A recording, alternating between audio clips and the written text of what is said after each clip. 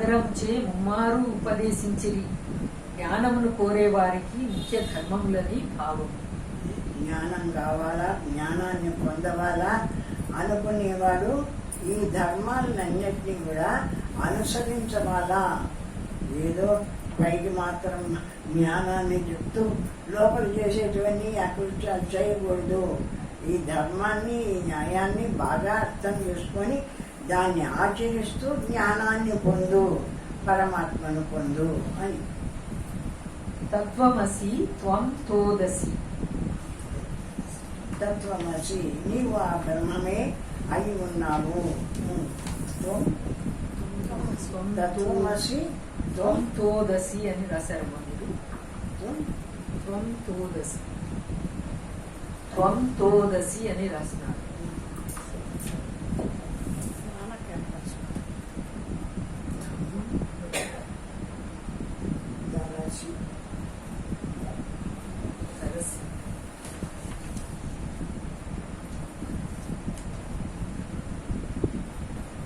వేద శాస్త్రములయందు బ్రహ్మ ఉన్నది అని ఏది అగుపడకపోయినను ఉన్నదని చెప్పబడుచున్నదో అది తల్లి గర్భములో ఉండగా 3వ మాసమందు బ్రహ్మరంధ్రము ద్వారా ప్రవేశించిన చిత్కల. శాస్త్రంలో బ్రహ్మముంది అని బ్రహ్మస్వరూపాన్ని గురించి అంతా చెప్తుంది కదా శాస్త్రం. ఆ చెప్పే బ్రహ్మము నీకు ఎప్పుడు వచ్చింది అంటే, నువ్వు తల్లి గర్భంలో 3వ నెలలో అప్పుడు నీకు ఆ శాస్త్రాల ద్వారా ఆ నీలోకి ప్రవేశించినటువంటి ఏ జ్ఞానస్వరూపం ఉందో, పరమాత్మ ఉందో, ఆ పరమాత్మ నీ స్వరూపమై ఉంది. ఈ శరీరం కాదు, తర్వాత పెరిగింది, ఈ శరీరం పెద్దదైంది. కానీ దాంట్లోకి ఎప్పుడు ప్రవేశించినానో ఆ బ్రహ్మమాయ నేను ఆ శాస్త్రాల ద్వారా దాంట్లోకి ప్రవేశించినానో ఆ బ్రహ్మం నేనై ఉన్నాను. ఆ పరమాత్మ నా స్వరూపము. అంతేగాని ఈ శరీరము నేను కాదు. శరీరం వస్తూ ఉంటుంది, పోతూ ఉంటుంది. ఇందులో ఉండేటువంటి ఆ జ్ఞాన స్వరూపాన్నే, అంటే ఆ తల్లి గర్భంలో అప్పుడు ప్రవేశించిన ఆ జ్ఞాన స్వరూపుణ్ణే నేనై ఉన్నాను, బ్రహ్మమై ఉన్నాను. అటువంటి బ్రహ్మము నా స్వరూపము. శంకరుడు కూడా రాసినాడు, ఇక్కడే రాసినాడు. తల్లి గర్భంలో 3వ నెలలో ప్రవేశించిన ఈ జ్ఞాన స్వరూపమైన బ్రహ్మాన్ని ఇప్పుడు నేను తెలుసుకున్నాను. ఇప్పుడు ఇన్ని ఏళ్ల తర్వాత విచారణ చేసి ఈ బ్రహ్మం నా స్వరూపము అని ఇప్పటికి నన్ను నేను తెలుసుకున్నాను అని చెప్తాను. సాక్షి రూపంగా ఉన్న నీవు అది అయినావు, అందువల్ల అదే నీవే అది అయినావు. సాక్షి రూపంగా ఉన్నావు, నువ్వన్నిటికీ సాక్షిగా అన్నిటినీ తెలుసుకునేటువంటి జ్ఞాన స్వరూపంగా సాక్షి రూపంగా ఉన్నావు. కాబట్టి అన్నిటినీ తెలుసుకుంటుండే ఏ జ్ఞాన స్వరూపమైన నీవు అది నీ స్వరూపమే. కాబట్టి అదే నీవై ఉన్నావు, ఈ దేహం కాదు. దేహం వస్తూ ఉంటుంది, దేహం పోతూ ఉంటుంది. కానీ ఈ వస్తూ పోతూ ఉండేటువంటి దేహం కాదు. ఇందులో ఏ జ్ఞాన స్వరూపమై ప్రకాశిస్తుందో నీ పరమాత్మ, అది నీవై ఉన్నావు. ఆ నీవు ఎప్పటికీ ఉంటావు, జ్ఞానస్వరూపుడవై. చిదాకాశ స్వరూపముగా ఉన్న బ్రహ్మయందు సకలము నీవును ఉన్నారు. ఆ చిత్ రూపమైన, ఆ జ్ఞాన స్వరూపమైన ఆకాశం లాంటి ఏ పరబ్రహ్మం ఉందో ఆ పరబ్రహ్మమే నీవై ఉన్నావు. ఆ చిదాకాశ స్వరూపమైన ఏ పరబ్రహ్మము ఈ ఆకాశం ఎట్లా వ్యాపించి ఉందో ఆ విధంగానే ఈ జ్ఞానం కూడా సర్వవ్యాపకంగా వ్యాపించి ఉంది. వ్యాపించి ఉండబట్టి ఈ జ్ఞానము ఎక్కడ శరీరం ఉత్పత్తి అయితే ఆ శరీరంలో కల్లా జ్ఞానం ప్రవేశిస్తోంది. ఎంత భూమిలో ఉండని, రాతిలో ఉండని, ఎక్కడన్నా ఉండని, ఎక్కడన్నా ఉండని గాక ఆ జ్ఞానము దాంట్లోకి ప్రవేశిస్తుంది. ఆ విధంగా సర్వవ్యాపకమైన ఏ జ్ఞాన స్వరూపమైన బ్రహ్మముందో ఆ బ్రహ్మము నీవై ఉన్నావు. ఆ బ్రహ్మమైన నీవే సర్వవ్యాపకంగా ఉన్నావు కాబట్టి ఎక్కడ శరీరం ఉత్పత్తి అయితే దాంట్లోకి ప్రవేశిస్తావు. అటువంటి జ్ఞాన స్వరూపుడవై నీవు ప్రకాశిస్తున్నావు. కాబట్టి సర్వము బ్రహ్మమయము. ప్రపంచమంతా కూడా బ్రహ్మస్వరూపానికంటే వేరైంది కాదు. సకల ప్రపంచమందును నీ అందును సాక్షి జ్ఞానము ఈ రెండు స్వరూపములతో బ్రహ్మ ఉన్నది కనుక నీవే బ్రహ్మమైనావు. సాక్షి జ్ఞాన స్వరూపము సర్వాన్ని తెలుసుకుంటుంది. మనస్సును తెలుసుకుంటుంది, బుద్ధిని తెలుసుకుంటుంది, జాగ్రత్త స్వప్నం సుషుప్తి మొత్తం అన్నీ తెలుసుకుంటూ ఉన్న సాక్షి. సాక్షి అంటే దేంట్లోనూ కలసదది, సర్వాన్ని తెలుసుకుంటూ ఉంటుందే కానీ జ్ఞానమాత్రంగా ఈ శరీరము ఇంద్రియాలు వేటిలోన కలుస్తుంది అంటే దేంట్లోనూ కలసదు. అన్నిటికీ సాక్షి రూపంగా ఉంది. ఆ సాక్షి రూపంగా ఉండేటువంటి ఏ బ్రహ్మస్వరూపం ఉందో ఆ బ్రహ్మము నీవై ఉన్నావు. అంటే మనం దేహము నేను, ఇంద్రియాలు నేను, ఇవి నేను, అవి నేను అనుకుంటుంటాం కదా జ్ఞానం చేత. ఇవన్నీ కాదు. ఇందులో ఏ జ్ఞాన స్వరూపమైన సాక్షి బ్రహ్మస్వరూపముందో ఆ బ్రహ్మం నా స్వరూపము. అహం బ్రహ్మాస్మి శివోహమయమాత్మ బ్రహ్మ. ఇవన్నీ మహావాక్యాలన్నీ కూడా ఆ బ్రహ్మమే నేను, ఆ బ్రహ్మమే నేను, ఆ బ్రహ్మమే నేను అని చెప్తూ ఉంటాయి. ఆ విధంగా ఆ బ్రహ్మస్వరూపం నేను అని ఈ శరీరం ఉండంగా ధ్యానం చేయి. ఆ బ్రహ్మం నేను, ఆ బ్రహ్మం నేను అని ధ్యానం చేయి. మళ్ళీ ఇటువంటి శరీరం రాకుండా ఆ పరమాత్మలో కలిసిపోతావు. ఎందుకు? జీవన్ముక్తిని పొందుతున్నావు ఇప్పుడు. ఆ విధంగా అనుకోవడము శరీరం జీవించి ఉండంగానే అనుకుంటున్నావు కాబట్టి ఆ బ్రహ్మాన్ని తెలుసుకొని ఆ బ్రహ్మాన్ని పొందుతున్నావు కాబట్టి జీవన్ముక్తిని పొందుతున్నావు. శరీరం ఉండగానే ముక్తి వచ్చింది నీకు, బ్రహ్మంలో కలిసినావు కాబట్టి ఆ ముక్తి శరీరం పోయినాగా శాశ్వతంగా ఆ బ్రహ్మస్వరూపం అందే నిలిచిపోతావు. అటువంటి ముక్తిని పొందు. అటువంటి పరమాత్మ నీ స్వరూపము. ఆ బ్రహ్మం నీవు, ఆ బ్రహ్మము నీవు అని వేదంలో వేదాంతంలో చెప్పినప్పుడే మనకు తెలుసుకుంటున్నాం. కానీ తొలి ఇంతమంది జనం ఉన్నారు ప్రపంచంలో, అందరికీ తెలుస్తుందా ఈ బ్రహ్మత్వము అంటే? ఎవరికి తెలియబడడంలే. ఎవరిలో లేదా అంటే అందరిలో ఉంది ఈ బ్రహ్మస్వరూపమే. ప్రతివాడు ఈ బ్రహ్మస్వరూపాన్ని వాడుకొని వాడి పనులన్నీ జరుపుకుంటున్నాడు. కానీ ఎవరికైనా తెలియబడుతుందా అంటే ఎవ్వరికీ తెలియబడిన స్థితిలో ఉంది. అటువంటి బ్రహ్మాన్ని ఈ శాస్త్రం చెప్తుంది కాబట్టి బాగా విచారణ చేసి తెలుసుకొని ఆ బ్రహ్మం నేను, బ్రహ్మం నేను అని ఆ బ్రహ్మాన్ని అనుభవం చేసుకో. ఈ శరీరం లేకుండా ముక్తిని పొందుతావు అంట. యన్మనసా నమనుతే ఏ నాపుర్మనో మతం తదేవ బ్రహ్మత్వం ఇతి వేదం యదిదముపాసతే. ఏ బ్రహ్మ నీ యందున్న మనసు చేత తెలుసుకొనబడుటలేదో, ఏ బ్రహ్మస్వరూపమైన జ్ఞానం చేత మనసు ద్వారా అన్నిటినీ గ్రహించుచున్నదో అన్నిటినీ తెలుసుకుంటుంది మన మనస్సు. ప్రపంచంలో ఉండేటువంటి విషయాలు, వస్తువులు అన్నిటినీ తెలుసుకుంటాం. కానీ బ్రహ్మాన్ని మాత్రం తెలుసుకోలేదు. ఎందుకు అంటే బ్రహ్మము తెలుసుకోవాలంటే ఈ మనస్సు లేని స్థితి బ్రహ్మం. ఇప్పటికైనా మనస్సు అది ఇది అనుకుంటూ ఉన్న స్థితి బ్రహ్మం కాదు. మౌనంగా నిశ్శబ్దంగా నిలబడినప్పుడు మనస్సు ఎప్పుడు లేకుండా పోతుందో అప్పుడు ఉన్నది బ్రహ్మం. మనస్సు లేని స్థితిలో తెలియబడే బ్రహ్మాన్ని మనస్సు ఎట్లా తెలుసుకుంటుంది? మనస్సు ఉంటే కదా తెలుసుకునేది. మనస్సు ఉండి ఇది జాగ్రత్త అంటుంది, ఆ స్వప్నం అంటుంది, ఆ వాళ్ళు అంటుంది, వీళ్ళు నా వాళ్ళు అంటుంది, అన్నీ తెలుసుకుంటుంది. కానీ బ్రహ్మాన్ని మాత్రం తెలుసుకోలేదు. ఎందుకు బ్రహ్మాన్ని తెలుసుకోలేదు? ఈ మనస్సు అంటే ఈ మనస్సు ఎక్కడ లేకుండా పోతుందో అక్కడ బ్రహ్మం తెలియబడుతుంది.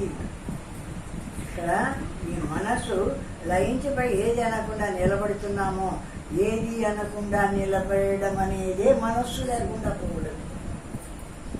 ఏదైనా అంటూ ఉన్నాము అంటే మనస్సుతో ఆ భావం భావిస్తూ ఉన్నాము. అది ఉంది, ఇది ఉంది, వాడున్నాడు, వీడున్నాడు అని మనస్సుతో భావం చేస్తున్నాం. అంతవరకు ఈ ప్రపంచం అంతా తెలియబడుతుంది. కానీ ఈ మనస్సు చేతనే ప్రపంచం తెలియబడినట్టు ఆ బ్రహ్మాన్ని కూడా తెలుసుకుందాము అనుకుంటావేమో, బ్రహ్మం మాత్రం తెలియబడేది కాదు. ఎక్కడ మనస్సు లయిస్తుందో, మనసు ఏమనకుండా నిలబడతావో అప్పుడున్న జ్ఞానస్వరూపము నీవు జ్ఞానస్వరూపమైన బ్రహ్మమై నిలుస్తున్నావు. అటువంటి స్థితిలో లేని మనస్సు బ్రహ్మాన్ని తెలుసుకుంటుంది. కాబట్టి అన్నిటినీ తెలుసుకుంటుంది, కానీ మనస్సు బ్రహ్మాన్ని తెలుసుకోలేదు అంటారు. అట్టి సాక్షి స్వరూపమైన చిత్కలను బ్రహ్మ అని తెలుసుకోండి. అంట ఆ విధంగా సర్వానికి సాక్షిగా ఉండి అన్నిటినీ ఏది తెలుసుకుంటూ ఉందో జ్ఞానస్వరూపమై చిత్కల, ఆ జ్ఞానము బ్రహ్మస్వరూపము, ఆ బ్రహ్మము నీ స్వరూపమని తెలుసుకో. ఆ బ్రహ్మం నేను, ఆ జ్ఞానం నా స్వరూపము అని ఆ బ్రహ్మాన్ని ఆ విధంగా తెలుసుకో అంటున్నాడు. నీ మనసు చేత కలిచే ఈ బ్రహ్మేంద్రాదులు బ్రహ్మస్వరూపమని భావం.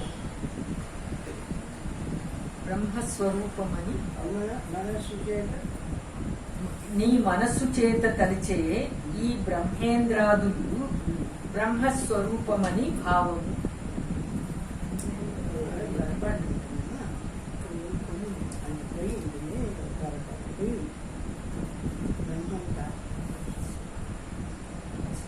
నీ మనస్సు చేత బ్రహ్మదేవుడు ఉన్నాడంటావు, ఇంద్రుడు ఉన్నాడంటావు, ఈ లోకం ఉందంటావు, ఆ లోకం ఉందంటావు, అన్నీ ఉన్నాయని ఏది చెప్తున్నావు మనస్సు చేత, అవి ఏవి కూడా బ్రహ్మస్వరూపం కాదు. ఆ మనస్సు చేత ఏవేవి తెలియబడుతున్నాయో తెలియబడేటివి ఏవి కూడా బ్రహ్మస్వరూపం కాదని తెలుసుకో.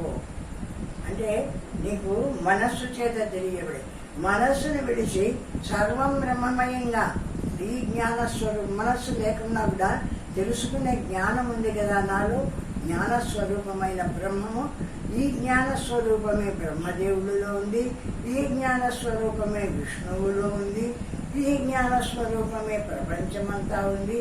ఆ జ్ఞానము బ్రహ్మస్వరూపం అని తెలుసుకో. అంతేగాని ఆ జ్ఞానము చేత తెలియబడుతున్న ప్రపంచ వస్తువులన్నీ కూడా బ్రహ్మమని తెలుసుకోవాలి, కూడా బ్రహ్మస్వరూపం కాదు అని చెప్తున్నాడు. నీ మనస్సుకున్న మనన శక్తియే బ్రహ్మ అని భావం. ఈ మనస్సు సంకల్పించే శక్తి ఎవరిది? మనస్సుకుందే. మనస్సు జడం. ఆ జడమైన మనస్సుకు సంకల్పించే శక్తిని ఎవరిచ్చినారు అంటే నా జ్ఞాన స్వరూపమైన ఏ బ్రహ్మముందో ఆ బ్రహ్మము యొక్క జ్ఞాన శక్తి చేత ఈ మనస్సుకు జ్ఞానం కలిగి, జడమైన మనస్సు అయినా కూడా ఆ జ్ఞానం దాని యందు ప్రతిబింబించేటప్పటికీ ఆ దానికి జ్ఞానం కలిగి సర్వాన్ని తెలుసుకుంటుంది. అంతేగాని ఆ మనస్సుది కాదు ఆ తెలుసుకునే జ్ఞానశక్తి. ఆ జ్ఞానశక్తి అంతా కూడా మనలో ఉండేటువంటి ఏ పరబ్రహ్మ స్వరూపం ఉందో, జ్ఞానస్వరూపమై సర్వవ్యాపకంగా ఏ పరమాత్మ ప్రకాశిస్తున్నాడో ఆ పరమాత్మ యొక్క సత్తా వల్ల మొత్తం అన్నీ తెలియబడుతున్నాయని తెలుసుకో అంటాడు. ఇటులనే సకలేంద్రియముల యందున్న సత్తా బ్రహ్మ కాని వాటిచే ఉపాసించబడేవి బ్రహ్మ కావని ఉపదేశం. బ్రహ్మ కాని వాటి ఉపాసించబడుతుండేటువంతా కూడా ఈ దేవుడు ఉన్నాడు, ఆ దేవుడు ఉన్నాడు, ఈ దేవుడికి ఈ రకంగా పూజ చేయాలి, ఈ దేవుడికి ఆ రకంగా పూజ చేయాలా, ఈ జపం చేయాలా, ఇవన్నీ కూడా బ్రహ్మస్వరూపం కాదు. నీవు సంకల్పిస్తే ఉన్నట్టు కనిపిస్తూ ఉండేటువంటి విషయ రూపాలు. కానీ దీన్నంతా తెలుసుకుంటూ ఉండేటువంటి శుద్ధ జ్ఞాన స్వరూపం ఏదుందో అన్ని విడిచి మౌనంగా నిలుచు. జ్ఞానం ఒక్కటే ఉంటుంది చూడు. ఆ జ్ఞానమునే స్వరూపమైన ఆ బ్రహ్మము, దాన్ని బ్రహ్మంగా తెలుసుకో అంటారు.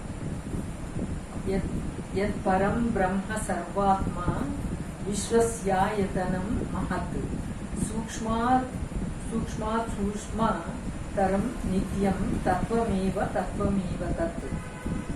ఏ పరబ్రహ్మ యొక్క ఆత్మయందు సకల బ్రహ్మాండము ఉన్నదో,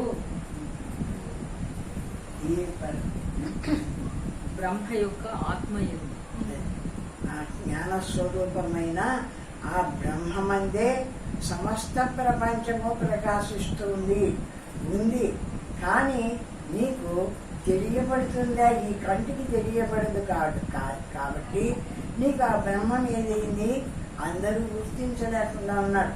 కంటికి అగుపించేటువంటి విషయాన్ని మాత్రమే గుర్తించగలుగుతున్నారు, కానీ అగుపించని విషయాన్ని ఎవరు గుర్తించలేకుండా ఉన్నారు. కానీ సర్వత్రా బ్రహ్మం ఉంది. సర్వము బ్రహ్మస్వరూపమే. అంటే జ్ఞానస్వరూపము. బ్రహ్మస్వరూపం అంటే ఏమిటిది?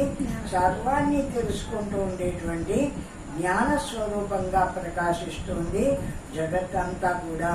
కాబట్టి సర్వము బ్రహ్మస్వరూపమేను అంటారు. ఏ బ్రహ్మ సకల జనులందును ఆత్మ అనగా సాక్షిగా ఉన్నాడు, ఈ ప్రపంచంకు స్థానముగా ఉన్నాడు. ఏ జ్ఞానస్వరూపమైన బ్రహ్మము సమస్త జనుల యందు సాక్షిగా సర్వాన్ని చూస్తూ ఉండేటువంటి జ్ఞానస్వరూపుడై సాక్షిగా ప్రకాశిస్తూ ఉన్నాడో అని. ఎవడు అన్నిటికన్నా గొప్పవాడో, అన్నిటికంటే గొప్పవాడు ఎవరు అంటే ఆ జ్ఞానస్వరూపమైన పరమాత్మ. ఆ పరమాత్మ కంటే గొప్పవాడు ఇంకొకడు లేడు. సర్వానికంటే గొప్పవాడు, అన్నిటికంటే గొప్పవాడు ఎవరు అంటే ఆ పరబ్రహ్మస్వరూపుడు. ఆ విధంగా సర్వవ్యాపకంగా ఉన్నాడు, సర్వానికి అతీతంగా ఉన్నాడు, అన్నిటికంటే గొప్పగా ఉండేటువంటి జ్ఞాన స్వరూపంగా ప్రకాశిస్తూ ఉన్నాడు ఈ పరమాత్మ స్వరూపుడు.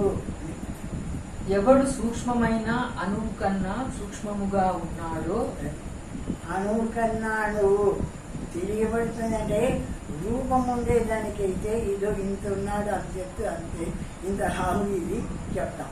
నిరాకారమైనటువంటి ఇప్పుడు ఈ ఆకాశానికి ఎంతెత్తు ఎంత రావు ఈ ఆకాశం అని చెప్పడానికి వీలైతుంది. ఎందుకు అంటే సర్వవ్యాపకంగా ఉంది కాబట్టి ఇంత ఉంది, ఎంత ఎత్తు ఈ ఆకాశం ఎంత ఎత్తుంది, ఎంత వెడల్పు ఉంది అని ఎవడన్నా కొలిచి చెప్పడానికి వీలైతుంది అంటే ఎట్లా వీల్లేదో ఆ విధంగా జ్ఞానస్వరూపమైన పరమాత్మ కూడా సర్వవ్యాపకంగా ఉన్నాడు, అంతటా నిండిపోయి ఉన్నాడు. కాబట్టి ఇట్లున్నాడు అట్లున్నాడని ఎవరికి చెప్పడానికి వీల్లేనటువంటి వాడుగా ప్రకాశిస్తున్నాడు. అటువంటి వాడు బ్రహ్మస్వరూపుడు. ఆ బ్రహ్మము నీవు అంటే ఈ నీవు కాదు. ఇందులో ఏ జ్ఞానస్వరూపమైన పరమాత్మ నాలో ప్రకాశిస్తుందో ఆ నాలో ప్రకాశించే ఆ పరమాత్మ ఆ అనంతంగా సర్వవ్యాపకంగా ఏ బ్రహ్మం ఉందో ఆ బ్రహ్మం నుండి వచ్చిందే దీంట్లోకి. కాబట్టి ఇది నేను ఆ బ్రహ్మానికంటే వేరైనటువంటి వాడి కాదు. అంతటా సర్వవ్యాపకంగా ఏ బ్రహ్మస్వరూపం ప్రకాశిస్తుందో అనంతమై ఆ బ్రహ్మము నా స్వరూపము ఈ శరీరంలో ఇంత మాత్రం కూర్చొని ఇదే నేను కాదు, నేను అనంతము అఖండము పూర్ణము అయినటువంటి ఈ బ్రహ్మముందో ఆ బ్రహ్మము నా స్వరూపము అనుకో, ఆ విధంగా భావిస్తూ ఉండు అంట. ఎవడు ఈ ప్రపంచము పుట్టక మునుపును ఇప్పుడును ఇది వసించినప్పుడును ఉన్నాడో, ఈ ప్రపంచం పుట్టక ముందు బ్రహ్మం ఉన్నాడు, ఆ బ్రహ్మం నుండే ప్రపంచం పుడుతుంది, ఆ బ్రహ్మమందే నిలుస్తుంది, ఆ బ్రహ్మమందే లయించిపోతుంది, మళ్ళీ బ్రహ్మంగానే ఉన్నాడు. కాబట్టి బ్రహ్మస్వరూపుడు ప్రపంచంతో పాటు పుట్టేవాడు కాదు, ప్రపంచంతో పాటు ఉండేవాడు, ప్రపంచంతో పాటు నశించేవాడు కాదు, ఎప్పటికీ ఉండే